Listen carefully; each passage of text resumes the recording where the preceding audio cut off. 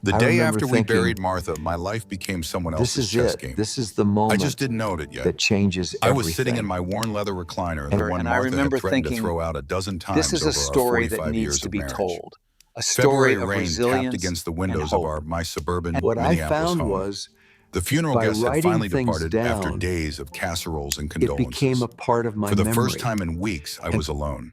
My name is Robert Wilson. I'm a 70-year-old retired literature professor with arthritic knees and a house worth more than I ever imagined possible, $950,000 according to the last appraisal.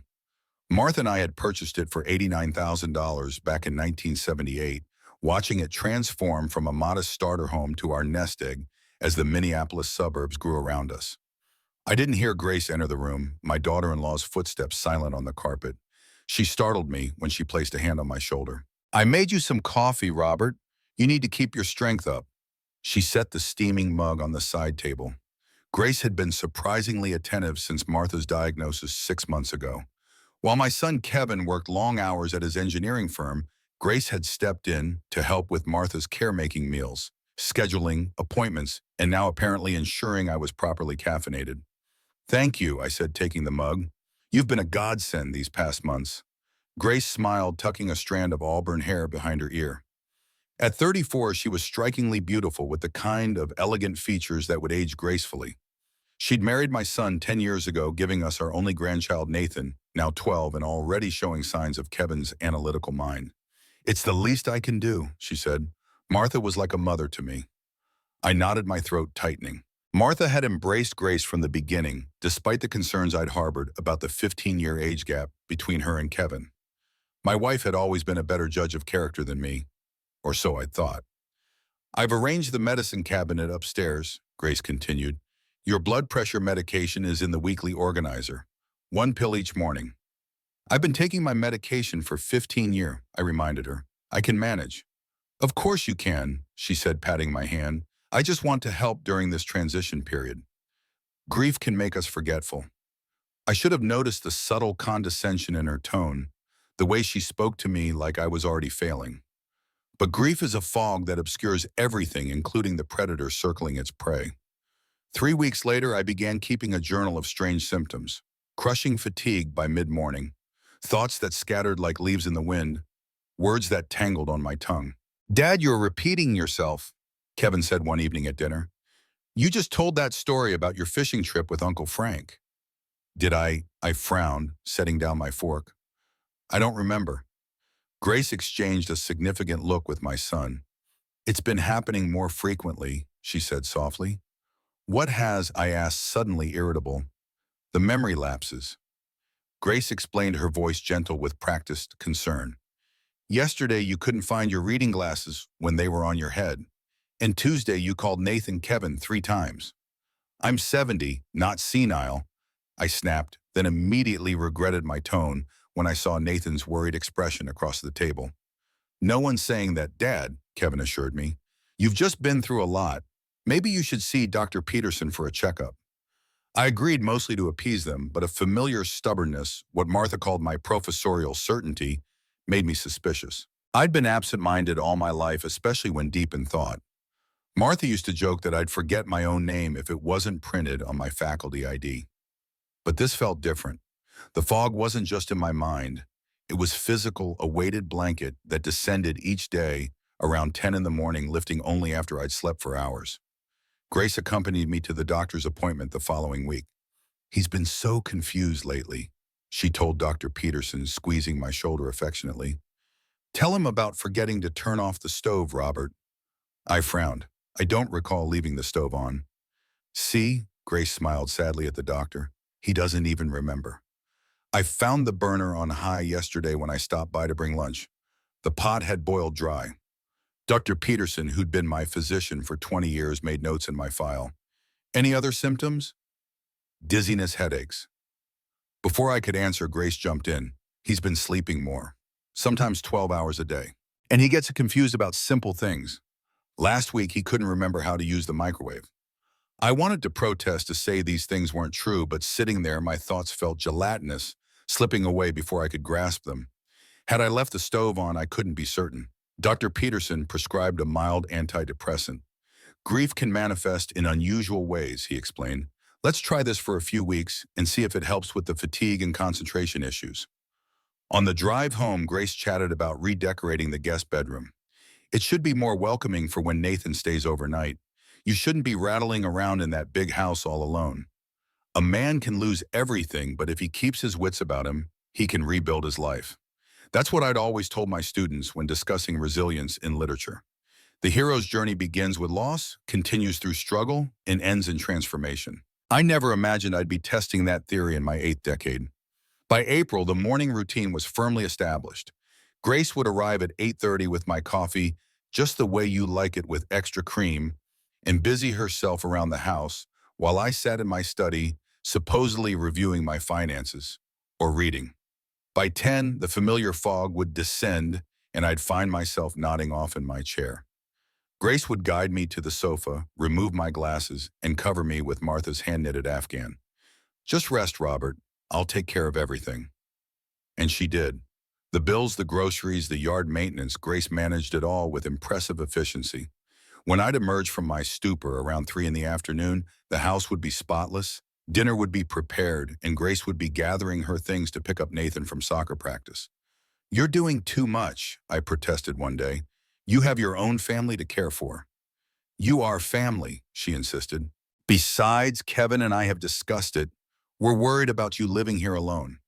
My pension from the university was comfortable, $3,400 monthly, plus Martha's Social Security, and the benefits from her years as a high school librarian. Our modest lifestyle and careful investing had left us financially secure. The house was paid off, and our expenses had never been extravagant. Yet somehow I was constantly short on funds. Where does my money go? I asked Grace one morning in August as she sorted through papers at my desk. Medications are expensive, Robert, she replied without looking up. Your lorazepam alone is $84 monthly. I frowned. Lorazepam, I don't take sleeping pills. Grace turned her expression concerned. Of course you do. Dr. Peterson prescribed them in May when you complained about insomnia. Don't you remember? I didn't. But the fog was already creeping in, making it difficult to focus. Had I complained about sleeping problems? I couldn't be sure. The first crack in Grace's carefully constructed narrative came entirely by accident. On a Wednesday in early October, I knocked over my coffee mug while reaching for my glasses. The ceramic shattered on the hardwood floor, dark liquid seeping into the grain. I'll clean it up, I said, already moving toward the kitchen for a towel. No, you'll cut yourself, Grace insisted quickly, making a fresh cup. Here, drink this while I take care of the mess. But I was already running late for what I thought was a doctor's appointment, another one of the seemingly endless medical visits Grace had scheduled. Instead of drinking the coffee, I grabbed my coat and left. 4 hours later, I sat in the public library, a strange clarity filling my mind. The fog that had become my constant companion was noticeably absent. I discovered there was no doctor's appointment.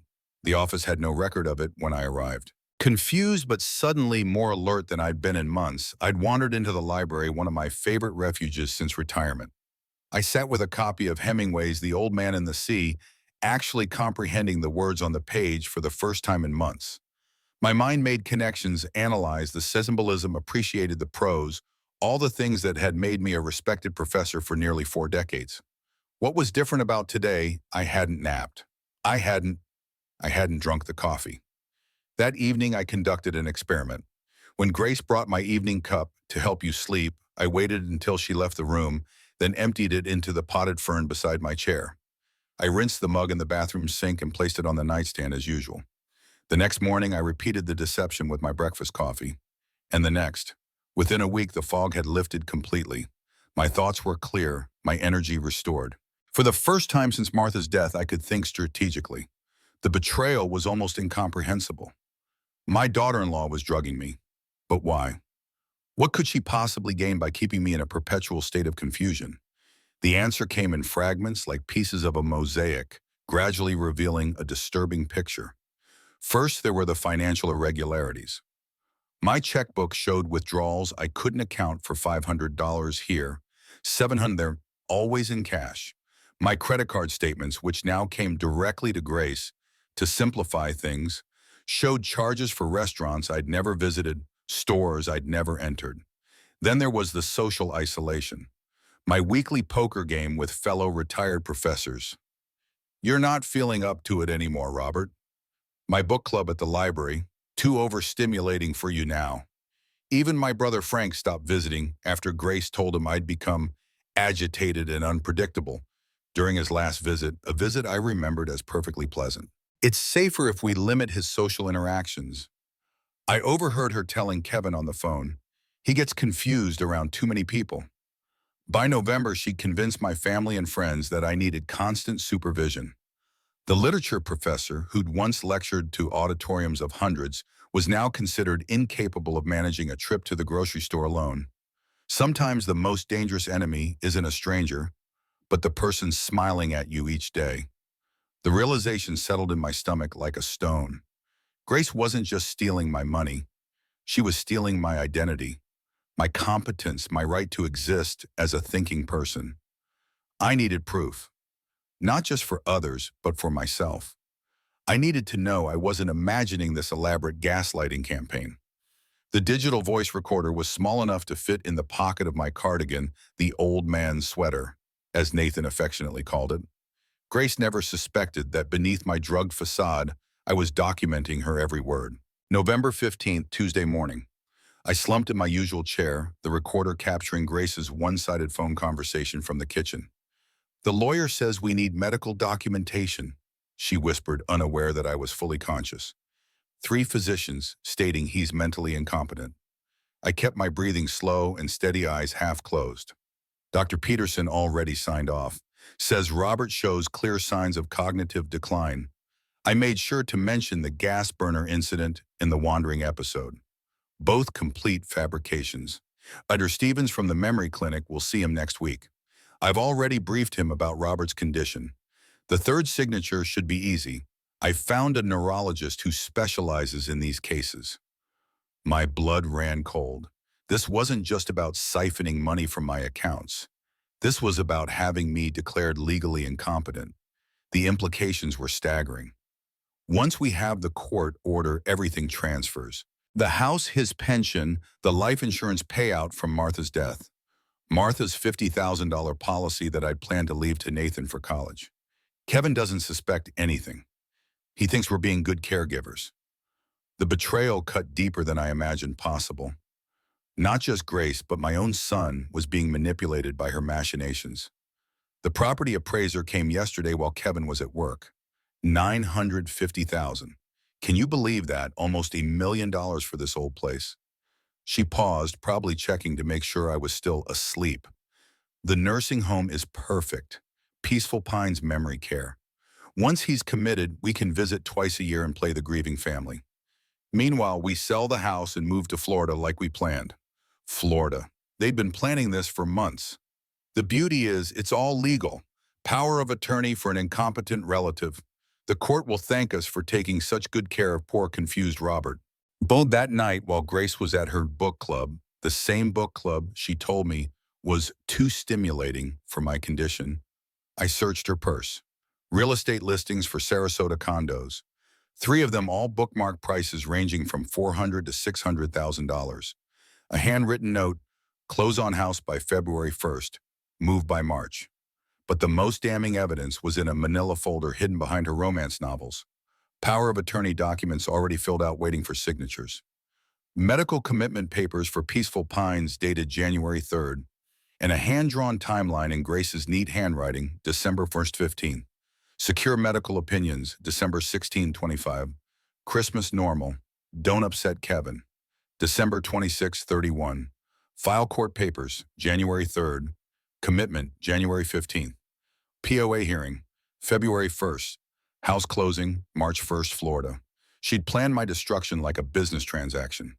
The next morning, I pretended to struggle with my oatmeal while Grace made her daily phone call. Dr. Stevens confirmed Robert for December 15th. I told him about the bathroom accidents and the violent outbursts. Bathroom accidents, violent outbursts. The lies were becoming more elaborate. Kevin's starting to ask questions, though. Last night, he said maybe Dad just needs different medication, not a nursing home. She paused, listening. I know. We're too close to back down now. I already put a deposit on the Sarasota condo. $20,000 down payment. 20,000 from where? Then I remembered my missing pension checks. The memory care facility wants 4,800 monthly. Insurance covers maybe half, but it doesn't matter. Once we sell the house, we're set for life. Set for life. On my life's work on the home Martha and I had built together. That afternoon, Grace brought me my coffee with extra sweetness. Here you go, Robert. Your favorite. I watched her walk away, then carefully lifted the mug.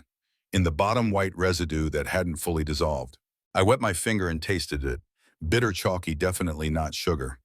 I poured the coffee into a mason jar I'd hidden behind my chair, sealed it tight, and labeled it with the date. Evidence sample number 1. The next morning, same routine. Grace crushed something into my coffee while she thought I was reading the newspaper. This time I saw her palm a pill bottle before dropping it back in her purse. Sample number 2 went into another jar. By December 10th, I had 5 samples and 47 minutes of recorded conversations. Grace had unknowingly confessed to drugging me, forging medical reports, stealing my pension money, and planning to commit me against my will. But the most chilling recording came December 12th. The best part is, Robert will never know what hit him, she told her accomplice.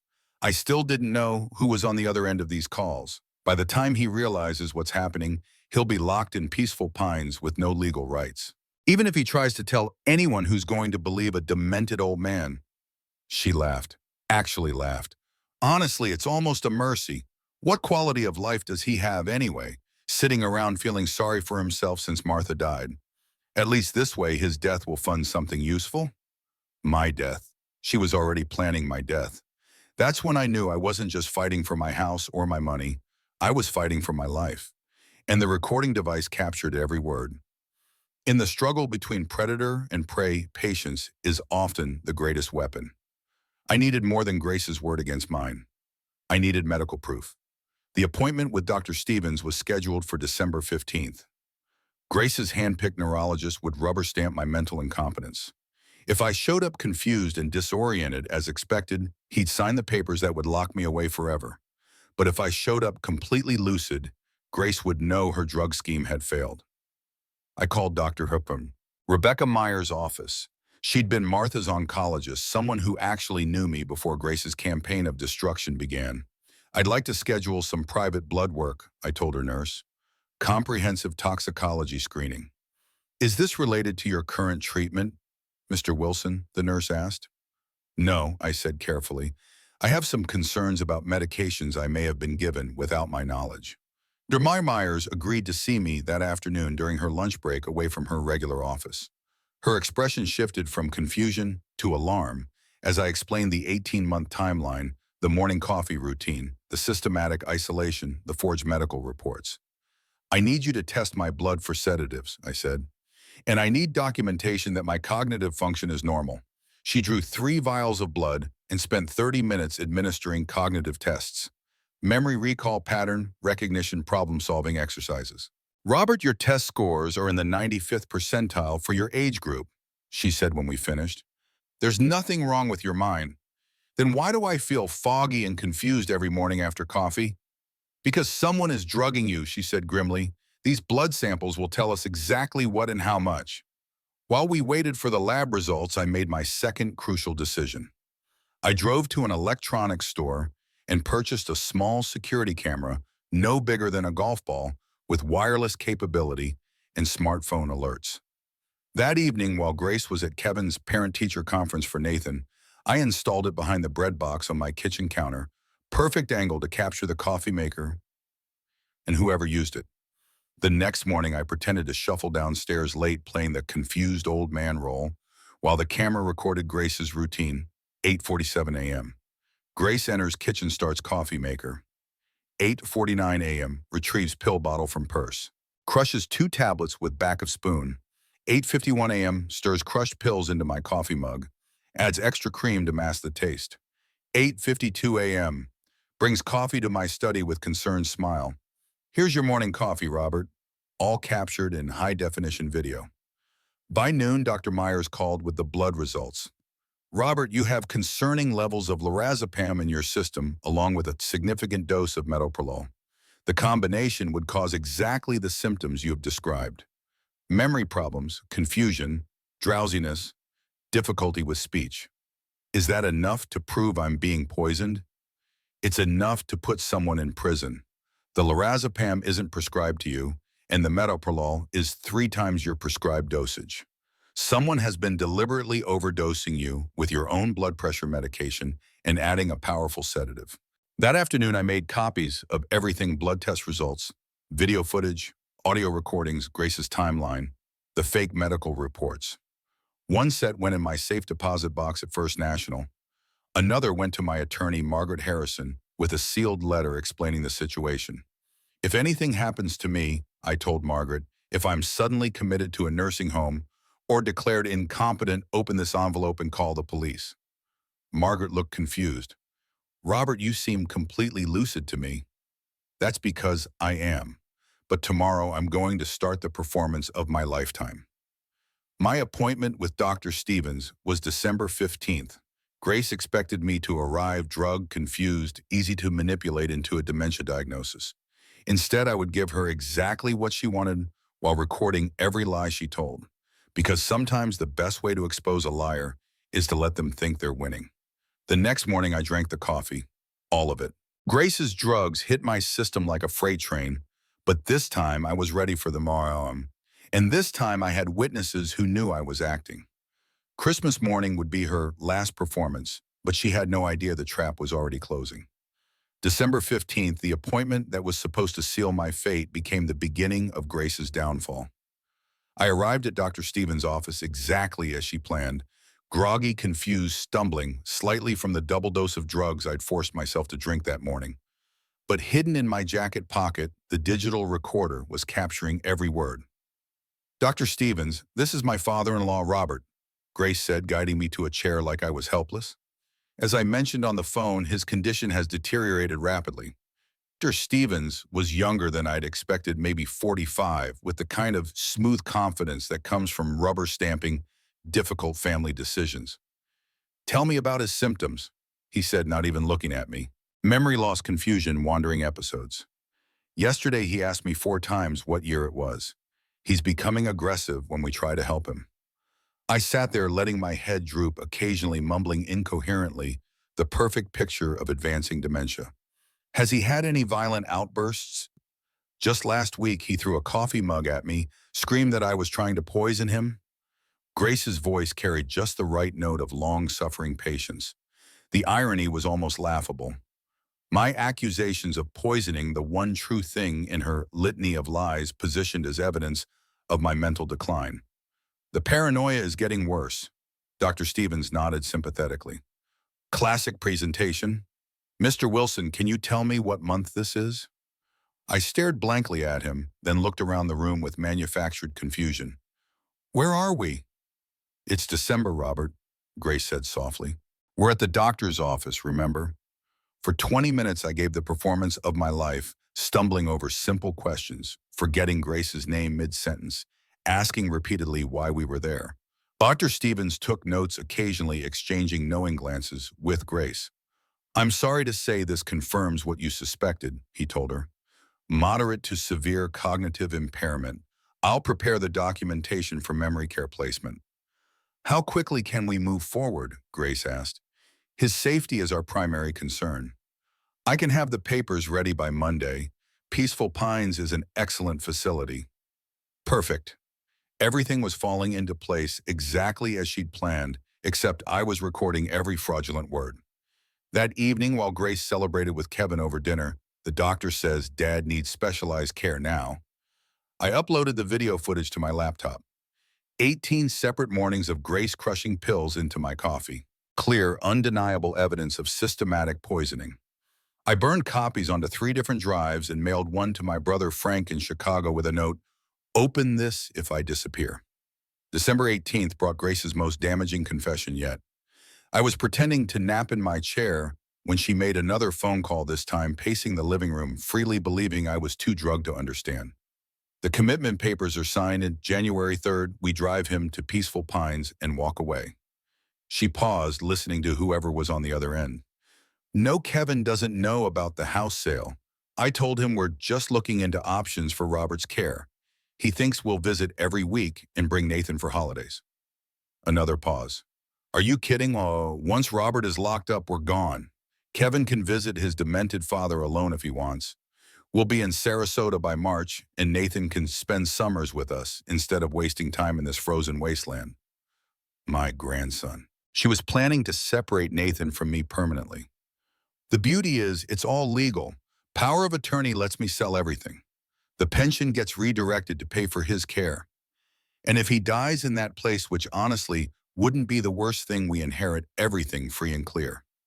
She actually said it out loud, hoped for my death while I sat 10 feet away. 18 months of planning, but it's finally paying off. By New Year's, we'll be millionaires. That night, I called Detective Lisa Cortez at Minneapolis PD. Margaret Harrison had recommended her as someone who specialized in elder abuse cases. Detective Cortez, I need to report a crime in progress. Multiple felonies involving elder abuse, fraud, and conspiracy. Sir, can you come in and file a formal complaint? I can do better than that. I can provide video evidence, audio recordings, and medical documentation of an 18-month drugging scheme. 24 hours later, I sat in Detective Cortez's office with manila folders full of evidence, blood tests showing deliberate poisoning, video footage of Grace crushing pills, audio recordings of her admitting to fraud, forgery, and conspiracy. Mr. Wilson, this is one of the most comprehensive elder abuse cases I've ever seen. Your daughter-in-law is facing serious felony charges. I want her arrested, but I need you to wait until December 27th. Detective Cortez looked puzzled. Why the delay? Because Grace has one more performance scheduled. Christmas morning, she's going to tell my family that I'm too far gone to stay home. She's going to show them the nursing home commitment papers and explain how she's been protecting everyone from my dangerous behavior. You want your family to hear her lies before we arrest her? I want my son to understand exactly who he married, and I want Grace to believe she's won right up until the handcuffs click. Detective Cortez smiled grimly. We'll be ready. December 23rd, Grace made her final mistake. She brought home real estate documents for the house sale, leaving them on the kitchen counter while she ran errands. Sale price $950,000 to Horizon Development Group. Closing date, December 29th, just 4 days after Christmas. She'd already sold our family home. But what Grace didn't know was that I'd been busy too, making my own calls, arranging my own transactions. She chose the wrong opponent when she decided to play chess with a literature professor who'd spent his career analyzing human motivations and strategic narratives. She chose the wrong day to make her final move. Christmas Eve found me sitting in my study surrounded by evidence of my daughter-in-law's treachery. The tiny security camera had been recording Grace's morning routine for over a week now. Each video was more damning than the last. The careful way she crushed the pills, the practiced smile as she handed me the drug coffee, the casual theft of my mail and pension checks. I heard the front door open, followed by Nathan's excited voice. Grandpa, we're here to help decorate. I tucked the evidence folders into my desk drawer and locked it. For the next 24 hours, I would play the role of the confused old man one final time. Detective Cortez and her team were on standby, waiting for my signal after Christmas morning. Kevin appeared in the doorway holding a box of ornaments. Hey, Dad, how are you feeling today? I gave him a vague smile, the kind Grace had conditioned him to expect. Good days and bad days, you know. Nathan pushed past his father carrying a string of lights. I brought your favorite grandpa, the blue ones that look like icicles. That's thoughtful of you, I said, ruffling his hair. Kevin studied me with a mixture of concern and resignation. My own son had been convinced I was slipping away, all because of Grace's meticulous gaslighting. I wanted to tell him everything then and there, to shake him and demand how he could have been so blind. But revenge, like good literature, requires perfect timing. Grace swept in carrying a tray of hot chocolate. Look who's feeling social today, she said with her practiced warmth. Would you like some hot chocolate, Robert? I made it just how you like it. No, thank you, I said mildly. Coffee is my preference. A brief flash of annoyance crossed her face before she recovered. Of course, silly me. I'll make you some fresh coffee. I can make it, Kevin offered. No, Grace said too quickly, then softened her tone. No, honey, let me. I know exactly how he likes it. Besides, you need to help Nathan with those lights before he tangles them beyond repair. As she left, Nathan whispered, Grandma Martha always said you hated hot chocolate. I smiled genuinely then. My grandson was more perceptive than anyone gave him credit for. Your grandmother was right about most things. I miss her, Nathan said, his voice small. So do I, buddy. Every day. We spent the evening decorating the tree, a tradition that Martha had always orchestrated with military precision. Grace attempted to recreate Martha's warmth, but her efforts felt hollow, performative. She hovered nearby, always watching, always interjecting when my conversations with Kevin or Nathan lasted too long. Remember when we put the star on the tree last year, Grandpa? Nathan asked, holding up the silver topper that Martha had purchased on our honeymoon in Vermont. Before I could answer, Grace interrupted. Robert probably doesn't remember that, sweetie. His memory isn't what it used to be. Actually, I said clearly, I remember it perfectly. Your dad lifted you up, and you nearly knocked over the tree. Martha laughed so hard she spilled her eggnog all over the new carpet. Nathan grinned triumphantly. See, Mom, Grandpa remembers.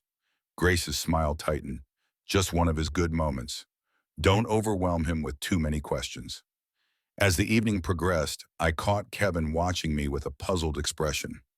I knew what he was seeing, moments of lucidity that contradicted Grace's narrative of my steady decline. Seeds of doubt were being planted, and tomorrow they would blossom into full-blown revelation. That night, after Kevin and Nathan had gone home, Grace brought me my evening tea.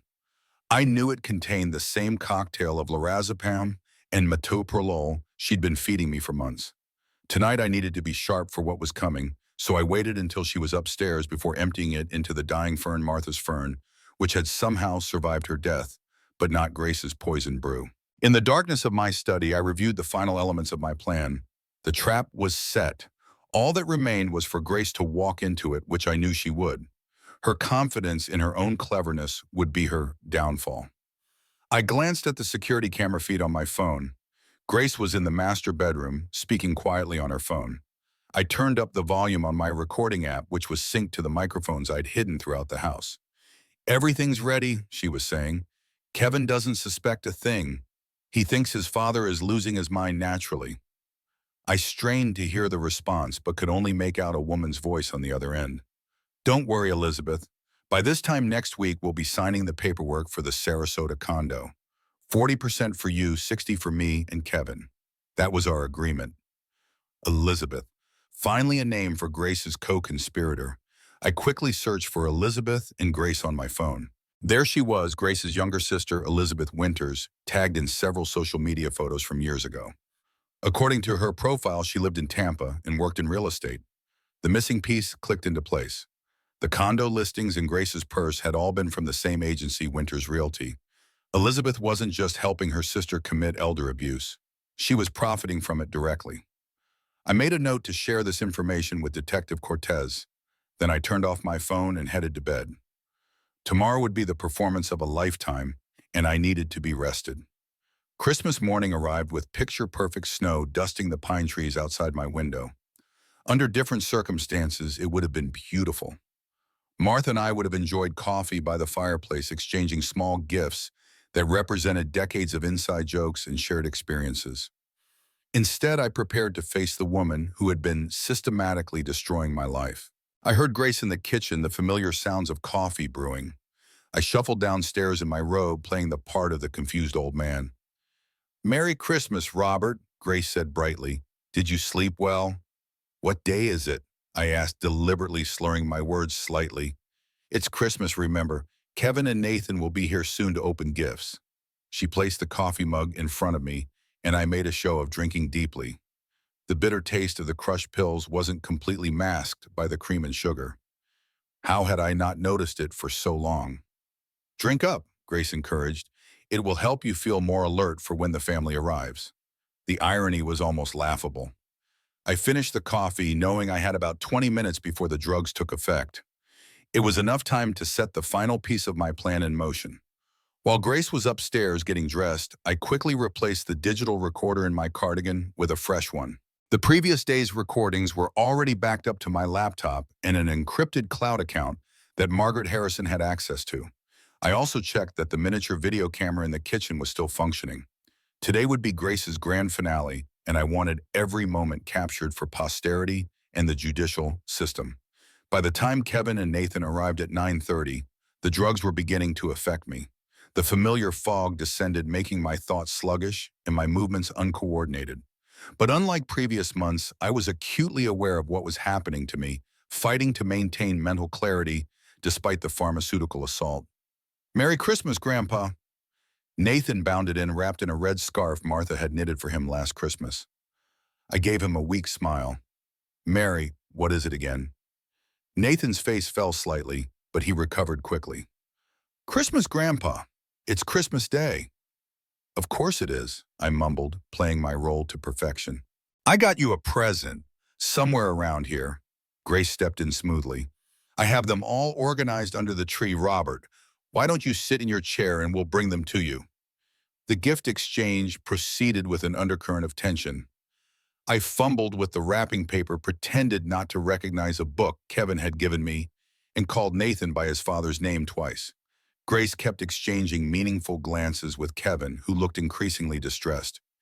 "Dad," he said during a quiet moment, "are you feeling okay?" Before I could answer, Grace interjected, "He's having one of his difficult days, honey. The excitement probably isn't helping." "I'm fine," I insisted, with just enough slurring to be concerning. "Just tired." The morning crawled by with agonizing slowness. I could feel the drugs trying to pull me under, but I fought against the chemical tide. Everything hinged on being awake enough to witness Grace's final move. It came just after 11 as Nathan was absorbed in a new video game, and Kevin was refilling his coffee. "Darling," Grace said softly, touching Kevin's arm, "can I talk to you privately in the kitchen?" I watched them leave the room, then carefully rose from my chair. The world tilted alarmingly, but I steadied myself on the wall and shuffled to the kitchen doorway, staying just out of sight. "Your father had another episode Tuesday night," Grace was saying, her voice pitched perfectly between concern and resignation. "I found him wandering the neighborhood at 2 in the morning, barefoot in the snow. Mrs. Larson next door called me when she saw him trying to get into her garage." Another lie. I'd been in bed all night too stirring. "I didn't want to ruin Christmas, but we can't wait any longer. Dr. Stevens says Robert needs immediate placement." I heard the rustle of papers and knew she was showing Kevin the commitment documents. "Peaceful Pines has a bed available January 3rd. I've already filled out the paperwork." "Grace, this seems so sudden," Kevin said, his voice uncertain. "Look at these incident reports." More paper shuffling. "Violent outbursts, bathroom accidents, leaving the stove on 3 separate times. I've been protecting you from how bad it's gotten." "All fabricated, every single incident." "What about the house?" Kevin asked. "We'll have to sell it, of course. The memory care facility costs $4,800 monthly, even with his pension and insurance. We'll need the equity to cover his care." Kevin's voice was strained. "How long do these facilities, what's the average stay?" Grace's tone went gentle, sympathetic. "Honey, people with your father's condition don't typically live more than 3 to 5 years, but at least he'll be safe and properly medicated." Properly medicated. She was already planning to drug me into submission permanently. "I know this is hard," she continued, "but think about Nathan.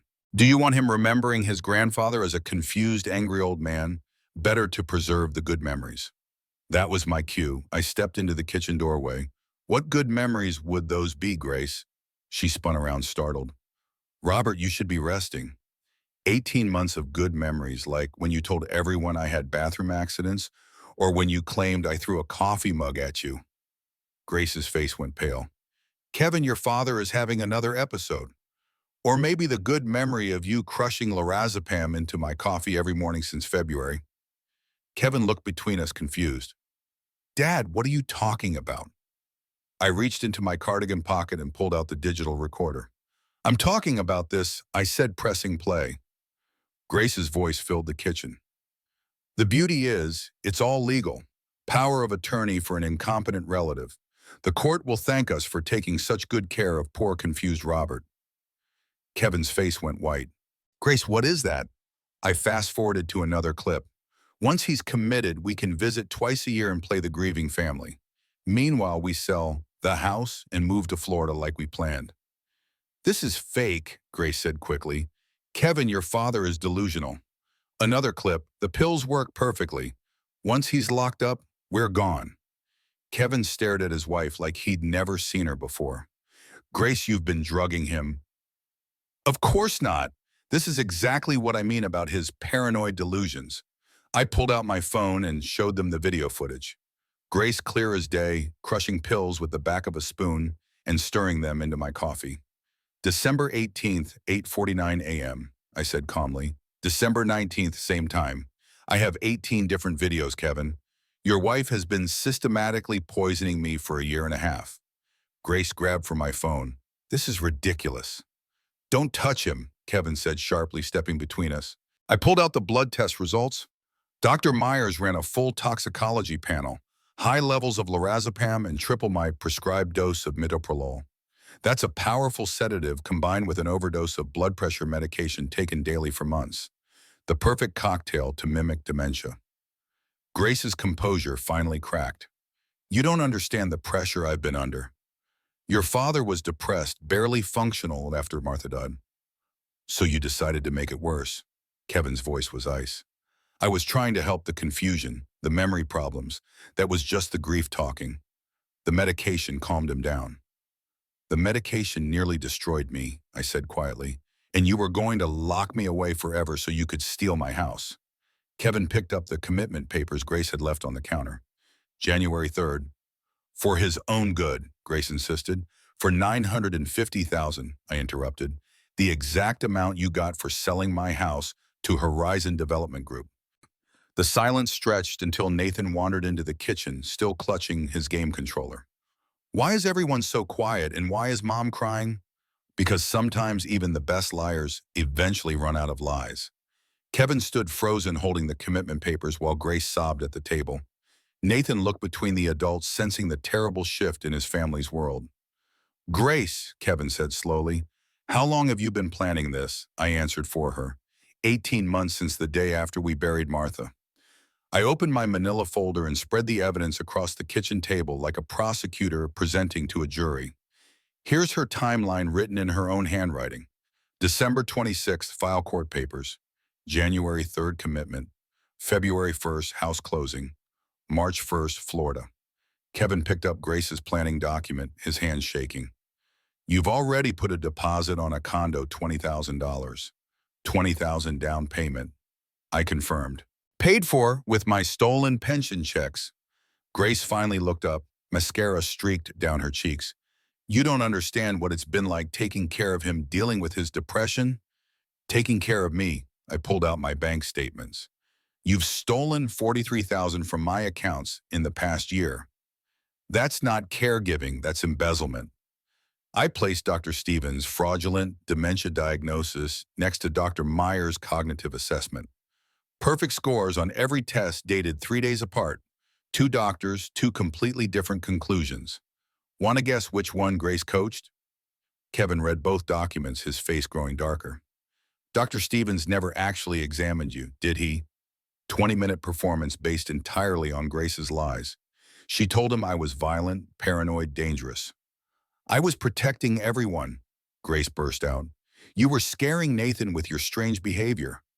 What strange behavior? Nathan interrupted, looking confused. Grandpa's been fine. You're the one who said he was sick. From the mouths of babes, I played another recording. The paranoia is getting worse. Yesterday, he threw a coffee mug at me. I never threw anything, I said calmly, but Grace needed documented incidents of violence for the commitment hearing. Kevin was pacing now, putting pieces together. The wandering episode you told me about never happened. The stove left on fiction. The bathroom accidents, complete fabrication. Each lie Kevin named, I calmly debunked with evidence, audio recordings, video footage, medical tests. 18 months of systematic deception, documented and undeniable. But why? Kevin finally asked his wife. Dad would have helped us if we'd just asked. He always has. Grace's mask slipped completely. Help us what? Scrape by in this miserable house forever. Watch you work at that factory until your back gives out. I'm 34 years old, Kevin. I deserve better than this. There it was, the truth behind all the lies. Better than what? I asked. A family that loves you, a home with no mortgage, a husband who works 60 hours a week to support you. Better than being poor, she screamed. Better than pretending your little professor pension and Martha's insurance money were going to solve our problems. Nathan stepped closer to me, instinctively understanding who the real threat was. Mom, why are you saying mean things about Grandma Martha? Grace ignored him. You have no idea what it's like being married to failure, watching other families have nice things while we live paycheck to paycheck. We weren't living paycheck to paycheck, Kevin said quietly. You were spending everything I made plus Dad's money on things we didn't need. I pulled out the final piece of evidence, the credit card statements I'd copied from Grace's purse. 15,000 on clothes and jewelry, 8,000 on spa treatments and salon visits, 6,000 on restaurants and entertainment, all charged to cards in my name with forged signatures. Kevin stared at the statements.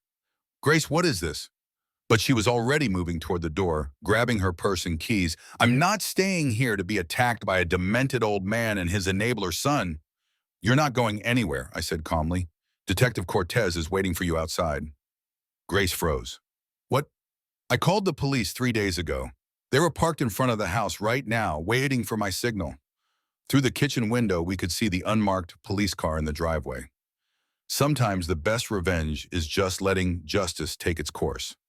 Detective Cortez's knock came exactly 30 seconds after I texted her. Through the front window, I watched Grace's face cycle through panic calculation and desperate defiance. Mr. Wilson, Detective Cortez said as I opened the door, we're ready to proceed. She was a compact woman in her 40s, with the kind of steady authority that comes from handling difficult cases. Behind her stood Officer Martinez and a crime scene photographer. Grace Wilson, Detective Cortez said formally, you're under arrest for elder abuse, fraud, forgery, and conspiracy to commit involuntary commitment. This is insane. Grace backed toward the kitchen. Kevin, tell them your father is delusional. You have the right to remain silent. Detective Cortez continued pulling out handcuffs. Grace made one last desperate play. Officer, I'm this man's primary caregiver. He has severe dementia and has been making wild accusations. Ma'am, we've reviewed 18 months of evidence. Video footage of you crushing pills into his coffee, audio recordings of you admitting to drugging him, medical documentation proving systematic poisoning. The photographer was already taking pictures of my evidence spread across the kitchen table. These recordings could be fabricated, Grace said, her voice rising. Kevin, you know I would never hurt your father. Detective Cortez played a clip from my recorder. Once he's committed, we can visit twice a year and play the grieving family. Grace's shoulders sagged. That's taken out of context. What context makes drugging an elderly man acceptable?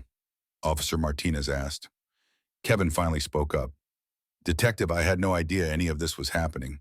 Grace told me Dad was getting worse, that he needed professional care. Mr. Wilson, the younger Mr. Wilson, Detective Cortez clarified. You're not under investigation. Our evidence shows you were deceived along with your father. Nathan had been standing silently by my side, watching his mother get handcuffed.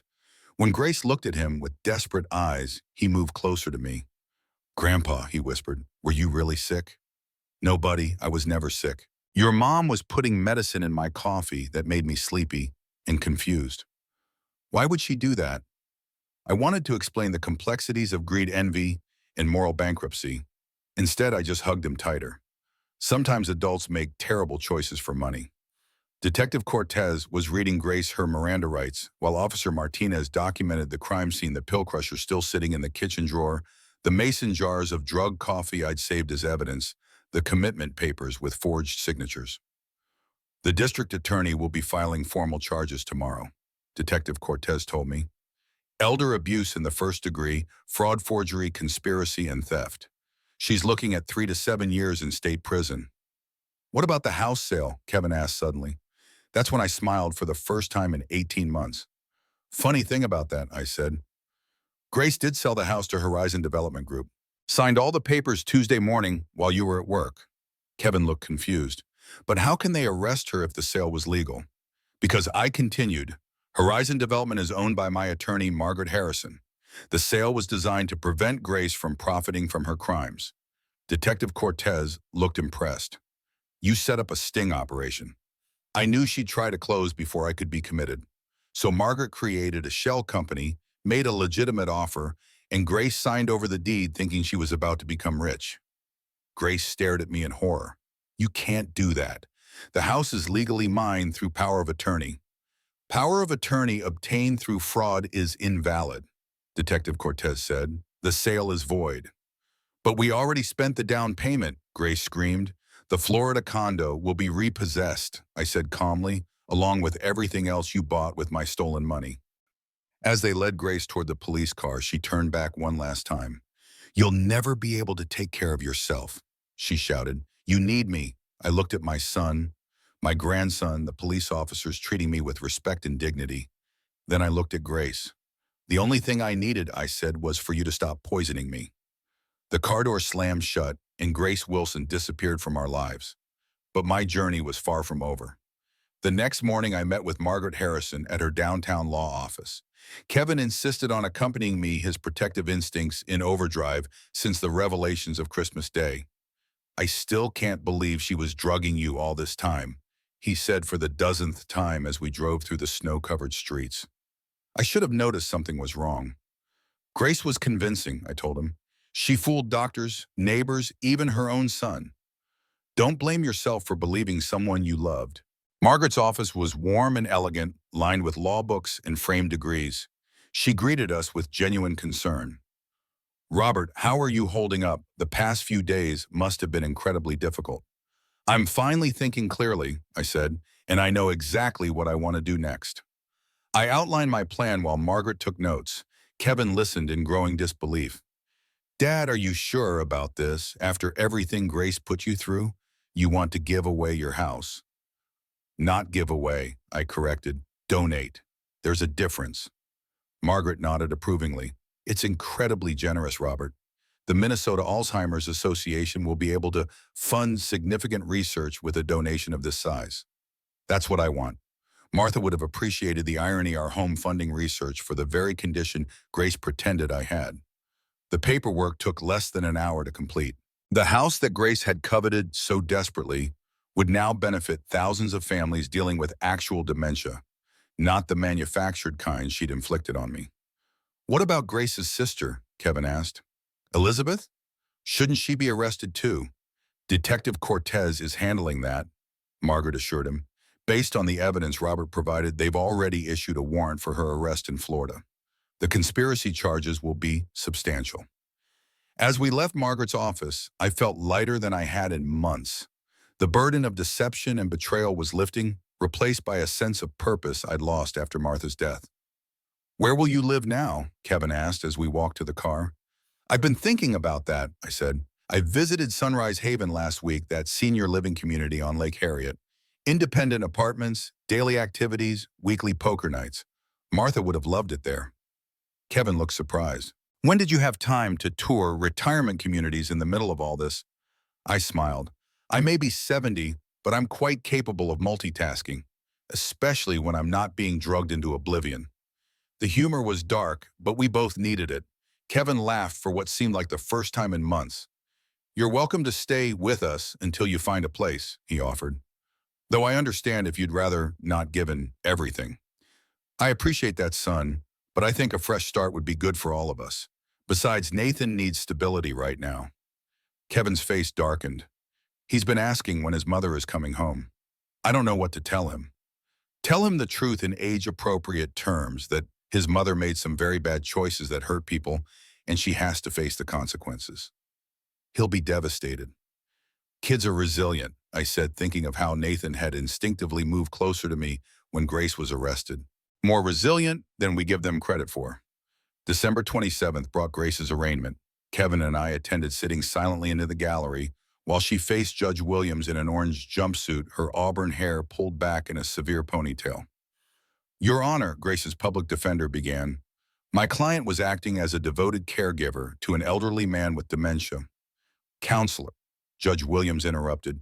I've reviewed the evidence, video footage of your client systematically drugging the alleged victim, audio recordings of her admitting to an 18-month fraud scheme, medical documentation proving the victim has no cognitive impairment whatsoever. Grace stood motionless, her expression unreadable. How does your client plead to charges of elder abuse in the first degree, fraud, forgery, and conspiracy? Not guilty, Your Honor. Judge Williams set bail at $250,000, money Grace no longer had access to. As the bailiff led her away, she turned and searched the gallery until her eyes found Kevin. The look they exchanged was complex anger, betrayal, perhaps a flicker of regret. Then she was gone back to her cell to await trial. In the hallway afterward, Detective Cortez found us. Mr. Wilson, I wanted you to know we've been in touch with authorities in Tampa. Elizabeth Winters was arrested this morning. They found documentation in her office linking her to at least 3 other elder abuse cases involving property theft. This may be part of a larger operation. I wasn't surprised. The calculated nature of Grace's scheme had always suggested professional guidance. What about my house? I asked. Has the donation gone through? The Minnesota Alzheimer's Association should receive the deed transfer within the week. They've already expressed their profound gratitude. Kevin shook his head in wonder. My father, the silent vigilante. Detective Cortez smiled. In my 15 years handling elder abuse cases, I've never seen anyone fight back as effectively as your father did, Mr. Wilson. He's quite remarkable. That evening, as Kevin helped me pack some personal items to take to his house temporarily, we finally had the conversation we'd been avoiding. I should have seen it, he said carefully, wrapping Martha's favorite vase in newspaper. All those times Grace insisted on bringing your coffee, managing your medication. I thought she was being helpful. That was the point, I replied. The best deceptions are the ones that look like kindness. How did you figure it out? Even drugged you managed to put together this elaborate counterattack. I held up Martha's photograph from the nightstand. Your mother taught literature with me for 35 years. She always said the best way to spot a liar is to pay attention to their contradictions. Grace's story had holes you could drive a truck through once I was sober enough to notice them. Kevin sighed heavily. I keep thinking about all the times she talked about Florida, about how we could do better than Minneapolis. I thought she was just tired of the Winters. She wanted a different life than the one she had. There's nothing wrong with ambition, Kevin. It's how she chose to pursue it that was criminal. We worked in silence for a while, carefully packing books and mementos. Finally, Kevin asked the question that had clearly been troubling him. Do you think she ever loved me? Or was it all about the money from the beginning? I considered this carefully. I think she loved the idea of you, successful engineer, devoted father, stable provider. But real love involves accepting someone for who they are, not who you want them to be. I failed Nathan, Kevin said suddenly, his voice breaking. His mother's going to prison, and I didn't protect him from any of it. You didn't fail him, I said firmly. You were deceived just as I was. What matters is what we do next. Nathan needs his father to be strong now, to help him understand that none of this was his fault. Kevin nodded, wiping his eyes quickly. When did you get so wise, Dad? Around the time someone stopped putting sedatives in my morning coffee, I replied dryly. The doorbell rang, interrupting our moment. Kevin went to answer it, returning moments later with a surprised expression. Dad, Dr. Myers is here to see you. Rebecca Myers stood in the doorway, her professional demeanor softened by genuine concern. I heard about the arrest on the news. I wanted to make sure you were all right. That's very kind of you, I said, suddenly conscious of my rumpled appearance. I'm doing much better now, thanks to your help. You did all the hard work, she insisted. Not many people would have had the presence of mind to document everything as thoroughly as you did, especially while being drugged. Decades of academic research, I shrugged. I'm trained to keep meticulous notes. Dr. Myers smiled. Well, your meticulous notes may have saved your life, and potentially others as well. Detective Cortez called me this morning. They're investigating several other suspicious cases that may be connected to Elizabeth Winters' real estate dealings. The implications were chilling. How many other elderly individuals had fallen victim to similar schemes? How many had been permanently institutionalized, their assets stripped, their dignity destroyed? I should have come to you sooner, I admitted. I waited too long to seek help. You came when you could, she said gently. That's all anyone can do. After Dr. Myers left, promising to check on me in a few days, Kevin and I resumed packing. The house that had witnessed 45 years of my life with Martha would soon belong to strangers, but I found I didn't mind. The memories would travel with me wherever I went. Dad, Kevin said hesitantly, would you mind if Nathan stayed with you some weekends once you're settled at Sunrise Haven?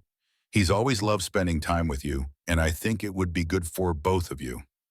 I'd like that very much, I said, surprised by the sudden lump in my throat. Martha always said Nathan got his curiosity from you, but his stubbornness from me.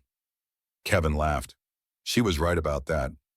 As we carried boxes to Kevin's car, Nathan came bounding up the driveway, returning from a friend's house. He stopped when he saw us loading the car. "Are you moving in with us, Grandpa?" "Just for a little while," I explained, "until I find my new apartment." "Can I help?" he asked eagerly. "Absolutely. There's a box of books in my study that needs careful handling."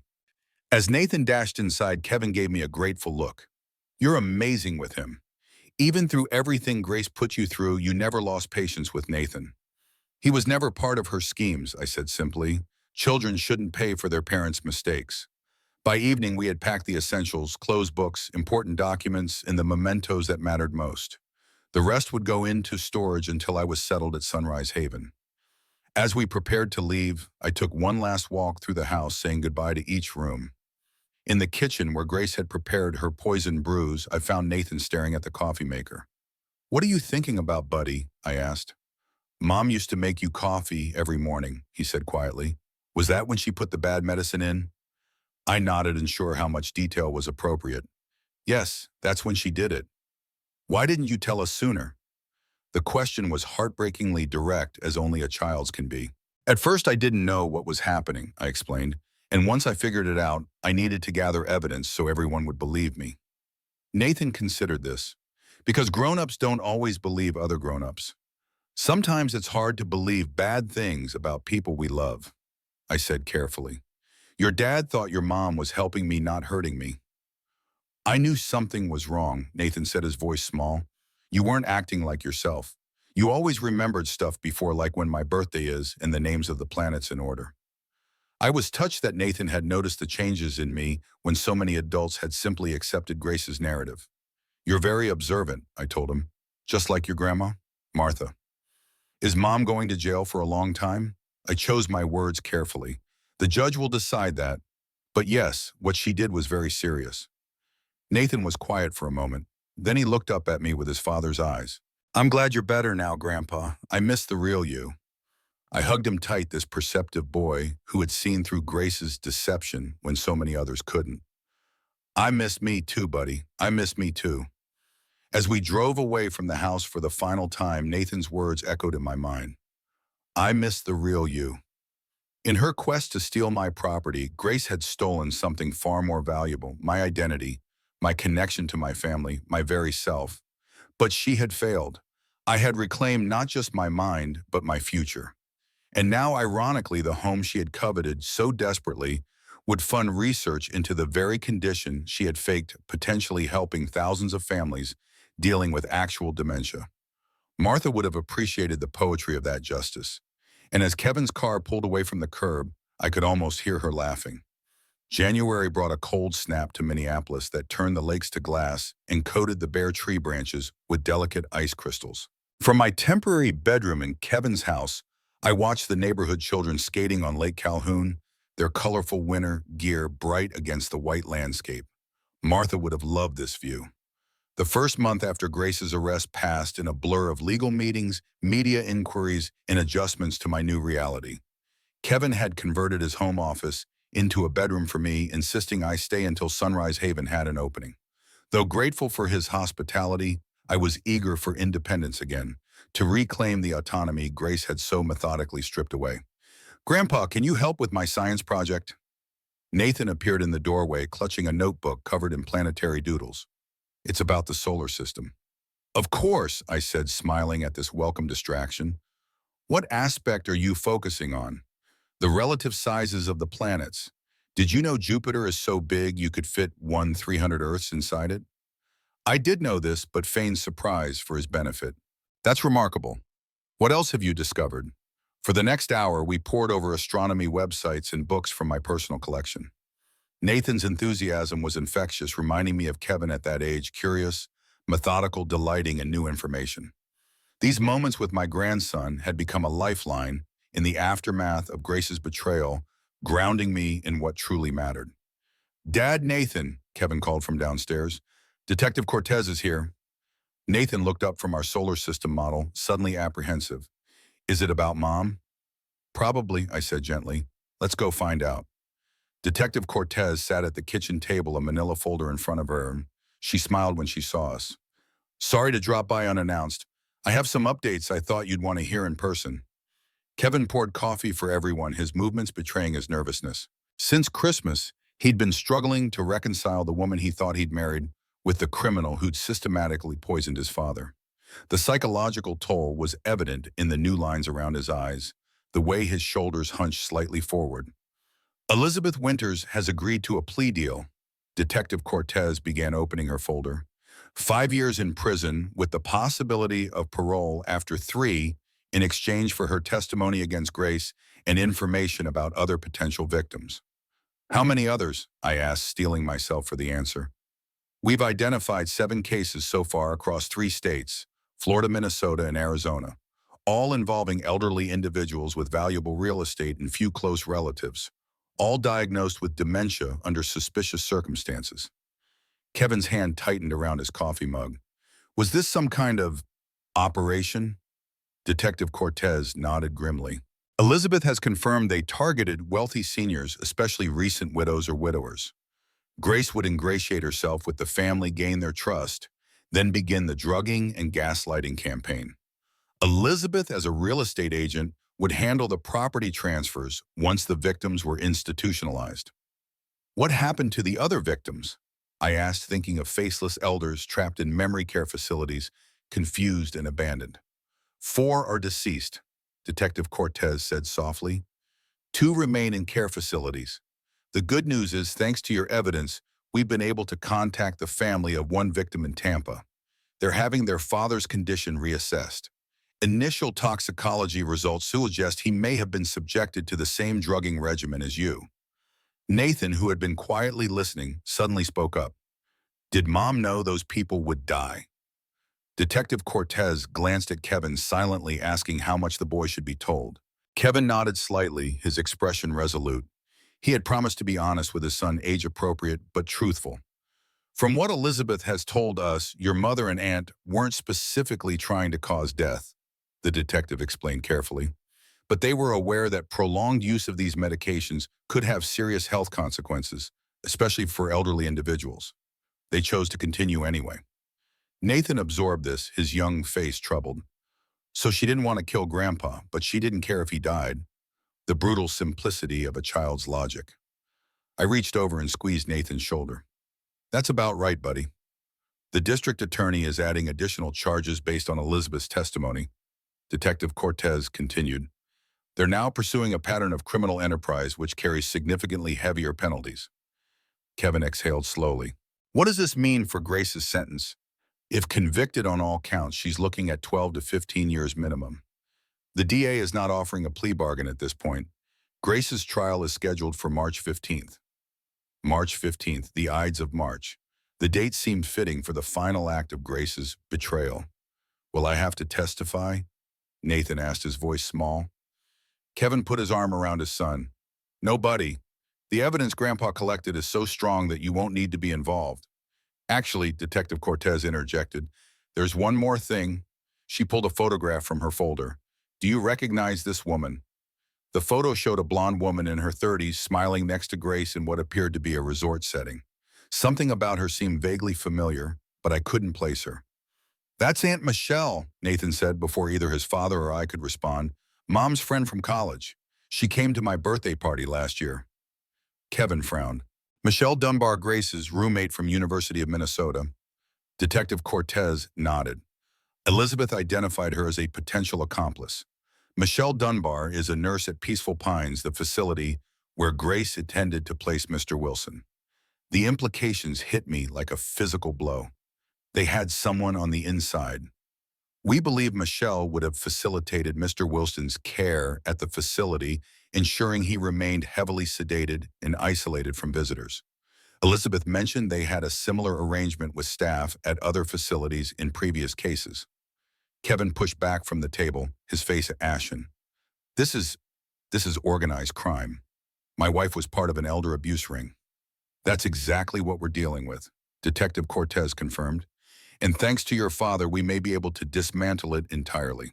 After Detective Cortez left, promising to keep us updated on the investigation, Kevin retreated to the backyard, needing space to process this new information. Nathan returned to his science project, though, with less enthusiasm than before. I sat at the kitchen table, my mind racing with the implications of what we'd learned. Grace hadn't just been a greedy daughter-in-law looking for a quick inheritance. She'd been part of a calculated criminal enterprise targeting vulnerable seniors. The level of premeditation was staggering. My phone buzzed with a text from Dr. Myers. Just heard from Sunrise Haven. They have an opening next week if you're still interested. Call me. I smiled at the message. Since Christmas, Rebecca Myers had become a regular visitor, ostensibly checking on my recovery from the prolonged drugging, but our conversations had gradually expanded beyond my medical condition. At 65, she was a widow herself, having lost her husband to cancer 3 years earlier.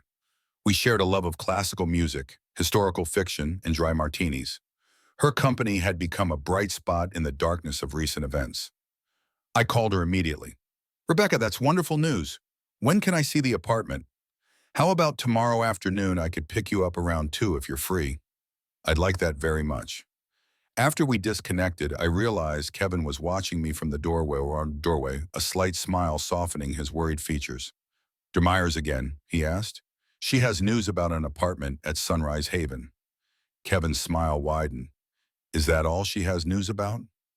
I felt a ridiculous warmth in my cheeks. She's been very supportive during this difficult time. Dad, I'm 69, not 6. I can recognize when my father is developing a relationship with someone. We're friends, I said, perhaps a bit too quickly. She's a medical professional who's taken an interest in my case.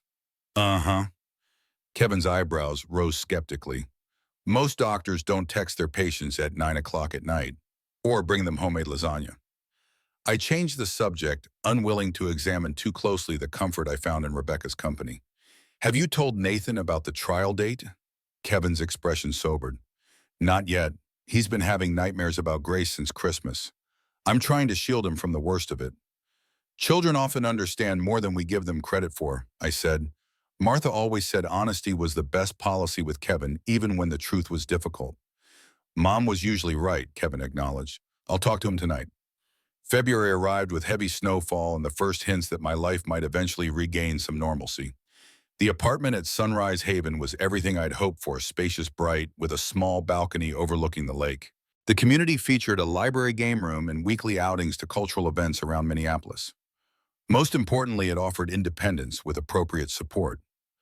What do you think? Rebecca asked as we toured the space. Can you see yourself here? I stood by the window, imagining my books on the built-in shelves, Martha's favorite reading lamp beside the armchair, perhaps a small desk for writing the memoirs I'd always planned to start. I think it's perfect, I said. When can I move in? The facility director who had been giving us the tour consulted her clipboard. We could have the apartment ready by February 15th. Would that work for you, Sister Wilson? February 15th, exactly 1 year since we'd buried Martha. The symmetry seemed appropriate, an ending and a beginning on the same date.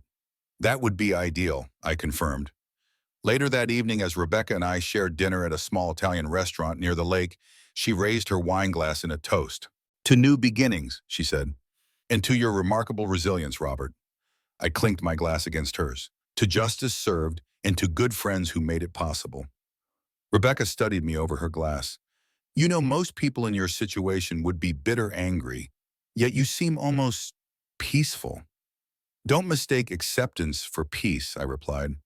I'm still processing the betrayal, the violation. But I refuse to let what Grace did define the rest of my life. Is that why you donated the house, to sever that connection? I considered her question carefully. Partly, but it was also about transformation, turning something painful into something beneficial. Martha would have approved of that alchemy.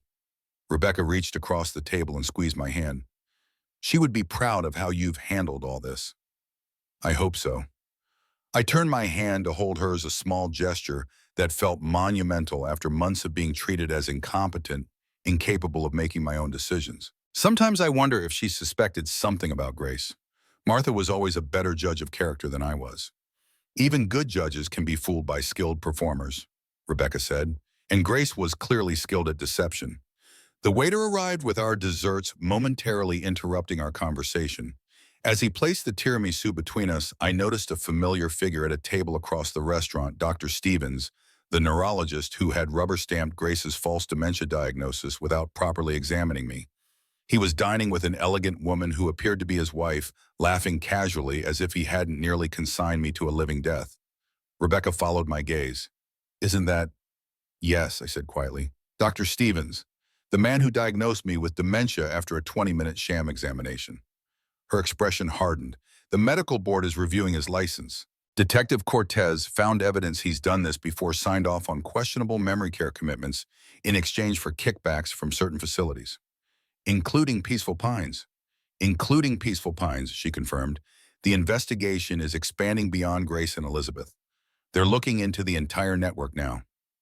I watched her Stevens signal for the check, his expensive watch glinting under the restaurant lights.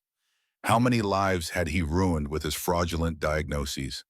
How many families had been torn apart by his greed? "You could confront him," Rebecca suggested, reading my thoughts. "Let him know exactly who you are and what he nearly did to you." The thought was tempting, to see recognition dawn in his eyes, followed by fear and shame. But something Martha used to say came to mind: "Revenge is a confession of pain." No, I decided. Justice will find him through proper channels. I won't give him the satisfaction of knowing he affected me. Rebecca smiled approvingly. "That's remarkably mature, Robert." "I'm 70 years old," I reminded her with a wry smile. "If I haven't achieved some measure of maturity by now, there's no hope for me." As Dr. Stevens and his wife left the restaurant, I realized I felt nothing but pity for them. His day of reckoning was coming, just as Grace's was, and I didn't need to be the one to deliver it. The weeks leading up to my move to Sunrise Haven were filled with preparations and unexpected moments of healing. Kevin helped me sort through my belongings, deciding what to bring to the new apartment, what to store, and what to donate.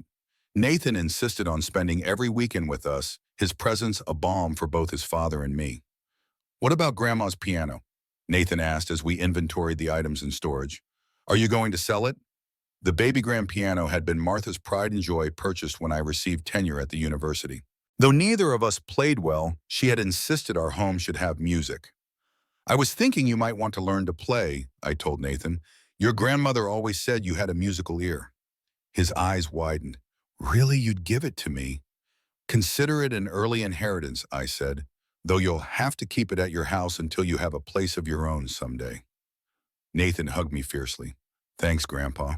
I promise I'll practice every day." Kevin, watching from the storage unit doorway, gave me a grateful nod. In the aftermath of Grace's arrest, he'd been struggling to create new traditions and connections for Nathan's stable elements in a life suddenly turned upside down. The piano represented continuity, a tangible link to happier times. February 15th dawned clear and cold, the sun glinting off snow-covered rooftops as we loaded the last of my belongings into Kevin's SUV. My new life at Sunrise Haven was about to begin, exactly 1 year after we'd laid Martha to rest. "Ready, Dad?" Kevin asked, closing the trunk. "As ready as I'll ever be," I replied, taking one last look at his house. The 6 weeks I'd spent there had been a healing interlude, a chance to reconnect with my son and grandson without Grace's toxic influence. Nathan burst out of the house clutching a wrapped package. "Wait, I made something for your new apartment, Grandpa." He thrust the package into my hands. Inside was a handmade picture frame containing a photograph of Martha and me on our 40th anniversary, surrounded by pressed flowers from our garden. Grace put all your pictures of Grandma in storage," Nathan explained. "I found this one in an old album in the attic. Dr. Myers helped me with the pressing the flowers part." I blinked back unexpected tears. "It's beautiful, Nathan. I'll put it on my bedside table so it's the first thing I see each morning." The drive to Sunrise Haven took us past familiar landmarks: the university where I'd taught for 38 years, the park where Kevin had learned to ride a bike, the library where Martha had volunteered after retirement. Minneapolis had been the backdrop for my entire adult life, its seasons marking the chapters of our family story. Rebecca was waiting in the lobby when we arrived, chatting with the facility director. She'd taken the day off from her medical practice to help with the move, a gesture that touched me deeply. "Welcome home, Robert," she said warmly. The apartment quickly transformed from an empty space to a home with the addition of my favorite reading chair, Martha's quilts, my extensive book collection, and Nathan's framed photograph on the nightstand. By late afternoon, everything was arranged to my satisfaction. The weekly poker game meets in the community room on Thursday evenings, the facility director informed me. And there's a book club that gathers in the library on Tuesdays. Dr. Myers mentioned you might be interested in both. I would thank you, I said, pleased at the prospect of rebuilding my social connections. After the director left, Kevin insisted on taking us all to dinner at a nearby restaurant to celebrate my new beginning. As we sat around the table, my son, my grandson Rebecca, and myself, I felt a profound sense of gratitude, despite the difficult journey that had brought us here. A toast, Kevin said, raising his glass. To Dad, whose courage and intelligence not only saved himself, but potentially many others. And to new beginnings. To new beginnings, we echoed, clinking glasses. As we enjoyed our meal, Rebecca's phone buzzed with a text message. She frowned slightly as she read it. Everything okay? I asked. It's from Detective Cortez, she replied. Grace's lawyer has requested a meeting with the district attorney. They may be considering a plea deal after all. Kevin's expression darkened. After everything she's done, she doesn't deserve a deal. It might be for the best, I said carefully. A plea would spare Nathan the stress of a prolonged trial and media attention.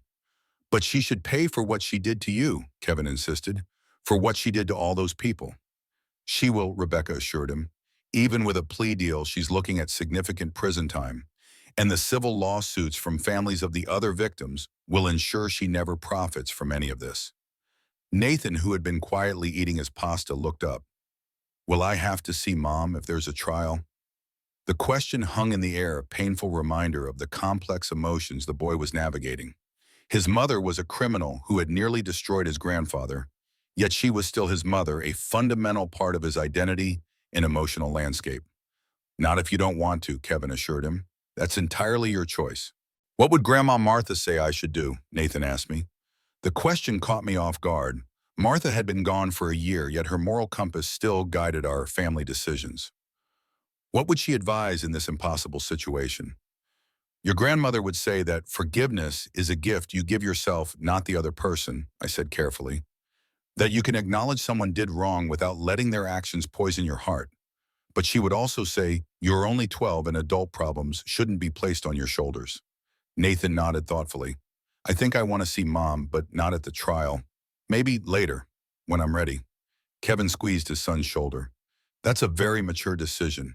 We can arrange a visit whenever you feel prepared for it. The remainder of the evening passed in lighter conversation, deliberately steering away from legal matters. As we prepared to leave the restaurant, Rebecca pulled me aside. Detective Cortez also mentioned that they've located another victim in Arizona, a retired surgeon with early-stage Alzheimer's. His daughter became suspicious when his condition deteriorated rapidly after his nurse, recommended by a real estate agent named Elizabeth Winters, began administering his medication. Is he still alive? I asked. Yes, and improving since they changed his care team. His daughter wants to talk to you. She says your story gave her the courage to question her father's treatment. Pride mingled with sorrow at this news. My suffering might have spared another family the full extent of what Grace and her accomplices had planned. Give her my contact information, I said. I'll help however I can. March arrived with thawing snow and the first hints of spring. My life at Sunrise Haven had fallen into a pleasant routine: morning coffee in the community dining room, afternoons spent reading or writing in my apartment, evenings often in the company of new friends from the poker group or book club. Rebecca visited several times a week, our relationship deepening into something neither of us had expected to find at our age. On March 10th, 5 days before Grace's scheduled trial, Detective Cortez requested a meeting at her office. Kevin insisted on accompanying me, his protective instincts still in overdrive. Grace has accepted a plea deal, Detective Cortez announced once we were seated. 12 years with the possibility of parole after 8 in exchange for a full confession and testimony against the larger network we've uncovered. 12 years, Kevin repeated, his expression unreadable. Nathan will be 20 when she gets out. If she gets out after 8, he'll be 20, Detective Cortez corrected. The parole board may require her to serve the full term depending on her behavior and remorse. Has she shown any remorse? I asked. The detective hesitated. In her formal statement, yes. Whether it's genuine or calculated is hard to determine. She's a skilled manipulator. What about the others? Kevin asked. Dr. Stevens, Michelle Dunbar, the staff at Peaceful Pines. Michelle Dunbar has been arrested and is cooperating with authorities. She's implicated administrators at 3 different memory care facilities who accepted kickbacks for taking in patients who didn't require that level of care.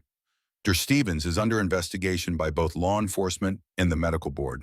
His license has been temporarily suspended pending the outcome. And what happens now? I asked. With Grace's plea, I mean. There will be a sentencing hearing on March 15th. The judge will formally accept the plea and pronounce the sentence. As the primary victim, you have the right to make a statement if you wish. I hadn't considered this possibility. What could I possibly say to the woman who had systematically tried to destroy me? What words could encompass the violation, the betrayal, the sheer cruelty of her actions? I'll think about it, I said finally. As we left the police station, Kevin seemed troubled. 12 years doesn't seem enough, he said. Not for what she did to you, to those other people. The legal system isn't perfect, I acknowledged, but she's lost everything, her freedom, her reputation, any relationship with her son. That's significant punishment. Kevin shook his head. Sometimes I wonder if I ever really knew her at all. 10 years of marriage, and I never suspected she was capable of something like this. We see what we expect of peace in those we love, I said gently. You expected a loving wife and mother, so that's what you saw. Grace was careful to show you only what she wanted you to see. I should have noticed something, he insisted. The way she isolated you, took over your finances, always insisted on bringing your coffee herself. I was blind. We both were, I reminded him. Even I didn't recognize what was happening until it was almost too late. Kevin was silent for a moment. Will you make a statement at the sentencing? I considered the question carefully. I think I should, not for Grace's benefit, but for the record, for the other victims and their families, to acknowledge what happened and ensure it's never forgotten. The night before the sentencing hearing, I sat at the small desk in my Sunrise Haven apartment attempting to compose my statement. The blank page mocked my efforts. How could I distill 18 months of systematic abuse into a few paragraphs? How could I articulate the particular horror of having one's mind and identity slowly stolen? A gentle knock interrupted my frustrated ruminations. Rebecca stood in the doorway holding a bottle of wine and 2 glasses. I thought you might need company tonight, she said. Kevin mentioned you were writing your victim impact statement. Trying and failing, I admitted, gesturing to the empty page. Words seem inadequate. She poured wine for both of us and sat in the armchair near my desk. Perhaps you're approaching it too academically. This isn't a literary analysis or lecture. It's your lived experience. That's the problem, I said, taking a sip of wine. My experience was one of confusion, disorientation, lost time. How do I convey that coherently? Maybe coherence isn't the point, she suggested. Maybe the fragmented nature of your experience is precisely what the court needs to understand. I considered this perspective. You mean structure the statement to reflect the disorientation. Why not let your words mirror what you endured, the uncertainty, the moments of clarity amid confusion, the violation of having your reality manipulated? The approach resonated with me. As a literature professor, I had always appreciated how form could enhance function, how structure could amplify meaning. With Rebecca's insight guiding me, the words finally began to flow. I wrote not as the composed professor I had once been, but as the man who had nearly lost everything, his mind, his dignity, his very self. When I finished 2 hours later, the statement was unlike anything I had ever written, raw, occasionally disjointed, yet powerfully authentic. Rebecca read it silently, tears forming in her eyes. This is extraordinary, Robert, she said finally. The court will have no choice but to truly see what Grace did to you. Thank you, I said simply, for everything. I don't know how I would have navigated these past months without you. She reached for my hand. You would have managed. You're the strongest person I know. Not strong, I corrected, just stubborn. Martha always said my stubbornness would either be my downfall or my salvation. In this case, definitely your salvation. Rebecca squeezed my hand. Are you ready for tomorrow? as ready as I'll ever be to face the woman who nearly destroyed my life. March 15th arrived with unexpected sunshine, as if nature itself were acknowledging the significance of the day. Kevin picked me up early with Nathan, surprisingly in tow. "Are you sure you want to attend?" I asked my grandson as we drove downtown. "It might be upsetting." Nathan nodded solemnly. "Dad explained everything. I want to be there for you, Grandpa." My heart swelled with love for this remarkable boy, forced to grow up too quickly by circumstances beyond his control. The courtroom was crowded with media legal personnel and what I presumed were families of other victims. Detective Cortez nodded to us from near the prosecutor's table. Rebecca had arranged to meet us inside, having been called as an expert witness regarding the medical aspects of my case. Grace was led in wearing prison orange, her auburn hair pulled back in a severe ponytail, her makeup-free face pale under the fluorescent lights. She looked diminished somehow, her confident bearing replaced by the cautious movements of someone who no longer controls her own circumstances. Her eyes found Kevin and Nathan in the gallery, and for a moment naked longing crossed her features. Then her gaze shifted to me, and her expression hardened into something unreadable. Judge Williams entered, and the proceedings began with formal declarations of the charges and Grace's guilty plea. The prosecutor outlined the case against her, detailing not only my victimization but the broader criminal conspiracy involving multiple victims across several states. The defendant systematically drugged her father-in-law with lorazepam in excessive doses of metoprolol, the prosecutor explained. This combination created symptoms mimicking dementia, allowing her to isolate him, gain control of his finances, and prepare to institutionalize him permanently while selling his property. Grace stared straight ahead, her posture rigid as the prosecutor described her crimes in clinical detail. When it was her turn to speak, she rose unsteadily. "I accept responsibility for my actions," she said, her voice surprisingly firm. "What I did was wrong, and I am prepared to face the consequences." It was a carefully crafted statement, likely coached by her attorney, acknowledging guilt without expressing genuine remorse or empathy for her victims. Judge Williams seemed unimpressed. "Mr. Wilson," the judge said, turning to me, "I understand you wish to make a victim impact statement." "Yes, Your Honor," I replied, approaching the podium. I unfolded my statement, took a deep breath, and began reading the words I had written the night before. "For 18 months, I lived in a fog that descended each morning with my coffee. Sometimes I would surface briefly like a swimmer gasping for air, only to be pulled under again by chemicals I didn't know I was consuming.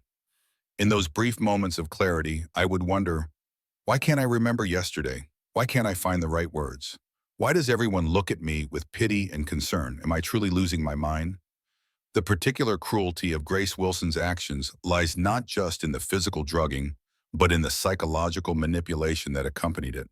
She didn't simply poison my body, she poisoned my reality. She told me I was forgetting conversations we never had.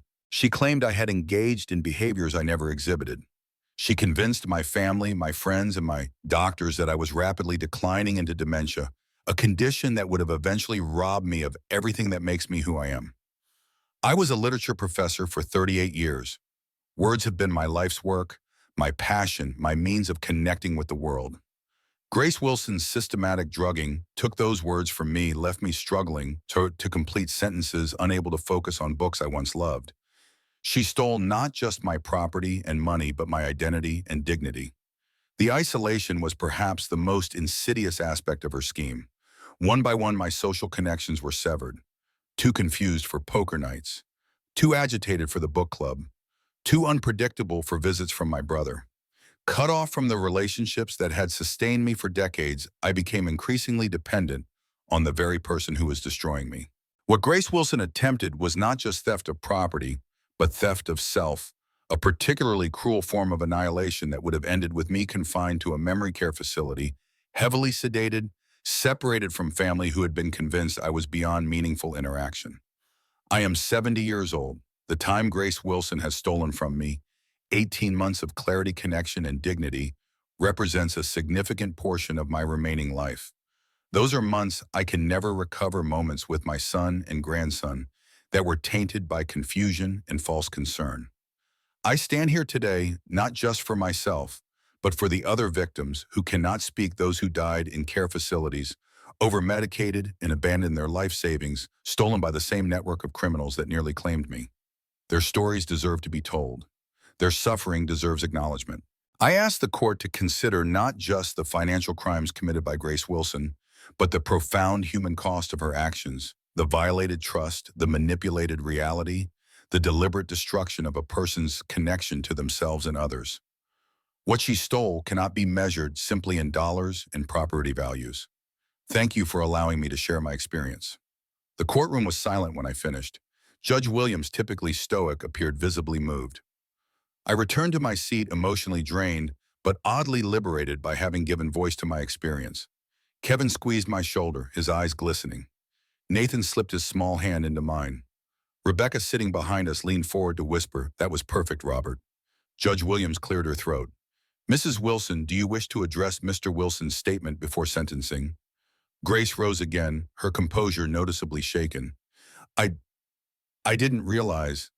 She stopped, seemingly at a loss for words. "I'm sorry." "Is that all?" the judge prompted. Grace nodded, unable or unwilling to elaborate. Judge Williams studied her for a moment, then delivered her ruling. "Grace Wilson, this court sentences you to 15 years in state prison for elder abuse in the first-degree fraud, forgery, conspiracy, and theft. You will be eligible for parole consideration after serving 10 years. A murmur ran through the courtroom. The sentence exceeded the plea agreement by 3 years, with 2 additional years before parole eligibility. "The nature and duration of your crimes, Mrs. Wilson, as well as the testimony we've heard today, warrant this enhancement," Judge Williams explained. "Your actions represent a particularly cruel form of elder abuse, a deliberate, sustained campaign to destroy a vulnerable individual's autonomy and identity for financial gain."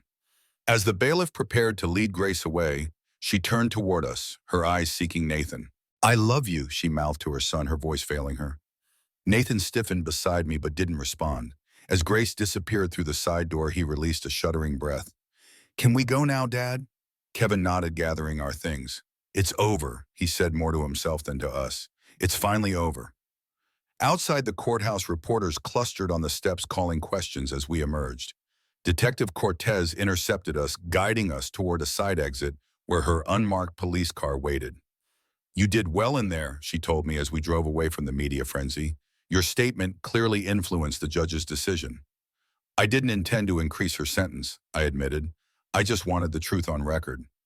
"The truth has consequences," Detective Cortez said simply. 15 years is still less than what she deserves, in my opinion. We drove in silence for a while, each lost in our own thoughts. Finally, Nathan spoke up from the back seat. "Grandpa, are you really okay now? The medicine she gave you do permanent damage." "Dr. Meyer says I've made a complete recovery," I assured him. "No lasting effects from the drugs. And you're not sad about the house, the one you and Grandma lived in?" I considered his question carefully. "I miss the memories we made there, but not the house itself. And knowing it will fund research to help people with real dementia, that feels right to me." Nathan nodded, seemingly satisfied. "Grandma would like that, I think." "She would," I agreed. "Very much." 3 days after the sentencing, Kevin arrived at Sunrise Haven with unexpected news. "Dad, you've been invited to speak at a conference on elder abuse prevention next month," he announced, handing me an official-looking letter.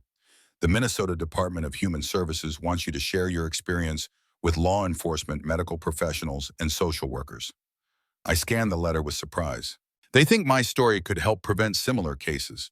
Apparently your case has become something of a landmark. Detective Cortez says they're already implementing new protocols for dementia diagnoses based on what happened to you." The idea that my suffering might lead to systemic change was profoundly meaningful. Perhaps this was the purpose Martha would have seen in it all, his transformation of personal tragedy into broader protection for others. "I'll do it," I decided, on one condition. "What's that?" "That you and Nathan come to hear me speak. I want you both to see something positive come from all this." Kevin smiled, the first genuine smile I'd seen from him in months. We wouldn't miss it. April brought gentle rains and the first green shoots of spring. My life at Sunrise Haven had blossomed into something I couldn't have imagined during those dark months of Grace's manipulation, full of meaningful connections, intellectual engagement, and even unexpected romance. Rebecca and I had moved beyond friendship, finding in each other a companionship that honored our past loves while embracing our present circumstances. We attended concerts at Orchestra Hall, explored the Walker Arts Center, and enjoyed long conversations by the lake. Martha would have approved, I was certain. She had always said life was too precious to spend alone. The Elder Abuse Prevention Conference was held at the university where I'd taught for nearly 4 decades. Standing at the podium in the familiar lecture hall felt like coming full circle, the professor becoming the lesson. The most dangerous predators, I told the packed auditorium, are those who appear to be caregivers. Grace Wilston didn't break into my home. She was invited in. She didn't steal my property through force. She manufactured a reality in which I appeared incapable of managing it myself. Her weapons weren't guns or knives, but pills crushed into morning coffee and elaborate lies told to doctors and family members. I described the warning signs that had been dismissed or misinterpreted, the sudden onset of cognitive symptoms, the rapid isolation from friends and community, the financial irregularities, the too convenient medical diagnoses. Elder abuse thrives in shadows and silence, I concluded. By sharing these stories, by training professionals to recognize these patterns, by empowering older adults to maintain their autonomy, we bring light to those shadows. And in that light, predators like Grace Wilson cannot operate.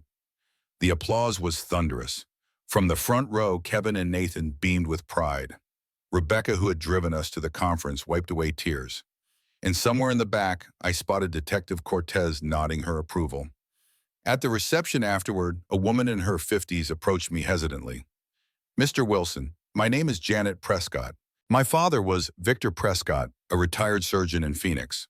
I recognized the name immediately. "You're the daughter of the Arizona victim Detective Cortez mentioned." She nodded. "When I read about your case in the newspaper, it was like a light bulb went off. My father's decline had been so sudden, so dramatic. The nurse Elizabeth Winters recommended had complete control of his medication. After I removed her, he improved significantly." "How is he now?" I asked. "He still has Alzheimer's," she said sadly. That diagnosis was accurate, but he's engaged, participating in his care decisions, enjoying visits with his grandchildren. He would have lost all that if I hadn't seen your story and questioned his treatment. I'm glad I could help, even indirectly." She squeezed my arm. "You did more than help. You saved what time he has left. We can never repay that gift." As Janet walked away, Nathan approached with a plate of cookies from the reception table. "You're famous, Grandpa," he said, offering me the plate. "All these people want to talk to you." I laughed. "Hardly famous, just someone with a story that needs telling." "Are you going to write a book about it? You always said you'd write your memoir someday." The idea had crossed my mind. Perhaps transforming my experience into a narrative that could help others would be the final step in my healing journey. "I might," I told him. "Would you help me with the title?" Nathan thought for a moment, his young face serious. "How about Bitter Brew, How I Survived Being Poisoned by My Daughter-in-Law?" I chuckled at his directness. "That's certainly attention-grabbing." "Or maybe just The Professor's Revenge," he suggested with a grin. "That sounds like a movie." "I'll consider both options," I promised. As the conference concluded and we prepared to leave, Dr. Myers joined us, linking her arm through mine. "Ready to go home?" Home. The word had new meaning now. Not the house where Martha and I had raised our family, but the apartment at Sunrise Haven. Not the past with its memories, both sweet and painful, but the present with its unexpected joys and the future with its open possibilities. "Yes," I said, smiling at the 3 people who had become my new foundation, my son, my grandson, and the woman who had helped me reclaim my life. "I'm ready." Some people think revenge is about anger, but the sweetest revenge is simply living well surrounded by people who genuinely care about you. Justice had been served. Memory had been preserved. And life, despite everything Grace had done to end it, continued with renewed purpose and unexpected joy. As we walked out into the April sunshine, I thought of Martha and the life we'd shared. She would have appreciated the poetry of this outcome, the house she'd loved now funding research, the husband she'd cherished finding his way forward, the family she'd nurtured healing and rebuilding. In the struggle between predator and prey, I had not just survived, I had reclaimed my story. And in doing so, I had ensured that Grace's attempt to erase me had instead immortalized her own downfall. That perhaps was the most fitting revenge of all.